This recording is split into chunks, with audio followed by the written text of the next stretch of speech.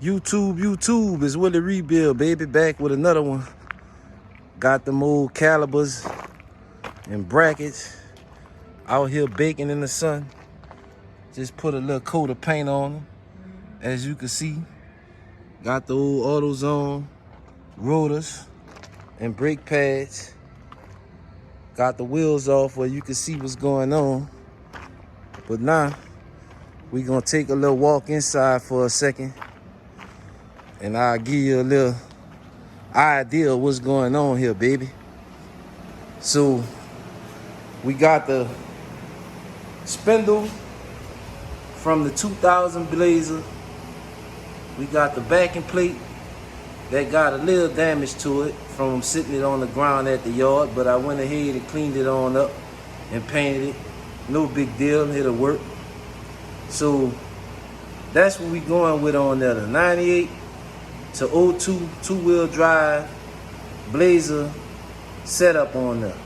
Now, a lot of people are wondering, well, why you want to put that on there? The main reason why I use it is right here, the hub assembly.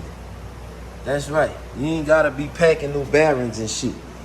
You go with this, you got the updated hub assembly and everything, a nice situation. I'm gonna show y'all, I done did the messed up side already, the driver's side, and I'm gonna show y'all just how close he was to catastrophic failure. Well, he already had catastrophic failure, but it could have been a lot worse. So here you go right here. You got one side already installed.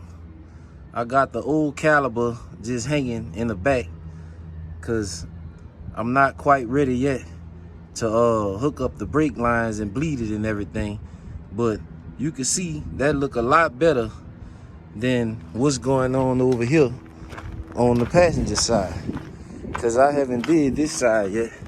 So you can see the difference. You see, you got this situation here where you pack the grease in. But another thing too, with these style rotors and bearing assembly, when you run certain types of wheels, you can't put the center cap on because that stick out. So sometimes when you run this style of rotor with the bearings, certain wheels, you got to do a little modifications to get it to work. But you can see the difference from this to the driver's side. As you can see, the hub part is flat right here. So with that, it's more modern fitment, and I think it looked pretty good with the control arms and everything. And it's still the same lug pattern as the back wheels, so everything will work out fine. Now let me show y'all how close he was to catastrophic failure with this right here. As you can see, the bolt and the quarter pin, all that's still intact. But look at this. See that? The only thing was holding that on was the rotor. So it could have snapped the bolts on the rotor and the whole wheel, it would have came off, gang. So that's another reason why I don't like to run this. That was one of the first upgrades I did on my car, was changing out the spindles and stuff like that. Not because it wasn't working, just because it's easier to maintenance like this. So that was one of the reasons that I went with this setup. Now, by him not pulling over, I'm gonna show y'all the damages he caused himself. Not only did he damage the bearings and stuff like that, by doing that, let me take y'all back in the shop and show y'all some more damage he caused himself. As you can see, the tires he had on there, they fairly new. Got a lot of thread on them, but this the tire that was on that side. that's where the tire locked up at. You can see it dragged the thread off all the way to the steel belt. And this tire here, this the passenger side. I don't know how good you'll be able to see it on camera, but this a flat spot, and this spot right here, about from here to here, if you look at the thread, you can see it got a lot more thread on both sides of that spot, and right here in the middle, it flattened this tire out too. So both of those tires, they gotta be replaced before I could do anything as far as driving it. And I already called the customer and told him that. So that's what I got going on right now. I don't know. I might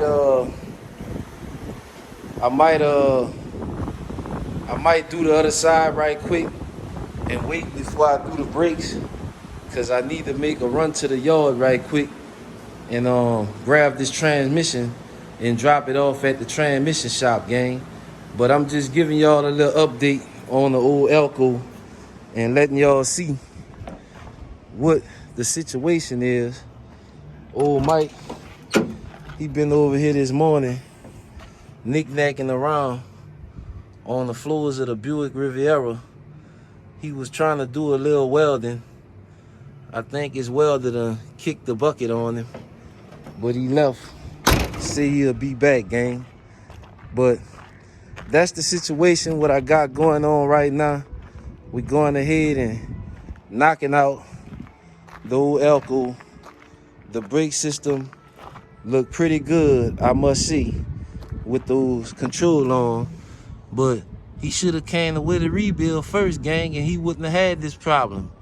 Yes, sir. He should have came on over straight to with a rebuild. And don't go messing with them jokers who say they know what they're doing, because after I finish doing all this, we still got to go and get a wheel alignment. But what I'm going to do is I'm going to try to line it up best I can. I'm not an alignment man. That's not a part of my job. But I'm going to try to do that to stop him from having to get it towed to the alignment shop. So I try to put a little alignment on it, eyeball it, you know. Probably won't be perfect, but it'll be good enough to get him where he gotta go to get it lined up and back on the road and driving good. I don't know. Depending on how close I can get the alignment, we might have to to it, because if I can't get it close, I don't want it to be eating up the tires, because from here it's about 30 minutes to the alignment shop. Still got the junk in here. I've been selling parts off it. I'm getting ready to send it across the scale shortly and get it on up out of here. Guy came, brought the fender off it yesterday, the Cadillac converters, and the transmission. So it ain't got much left on it, and it's going on across the scale, gang. Don't forget to like, share, and subscribe. It's Willie Rebuild, baby. Over and out.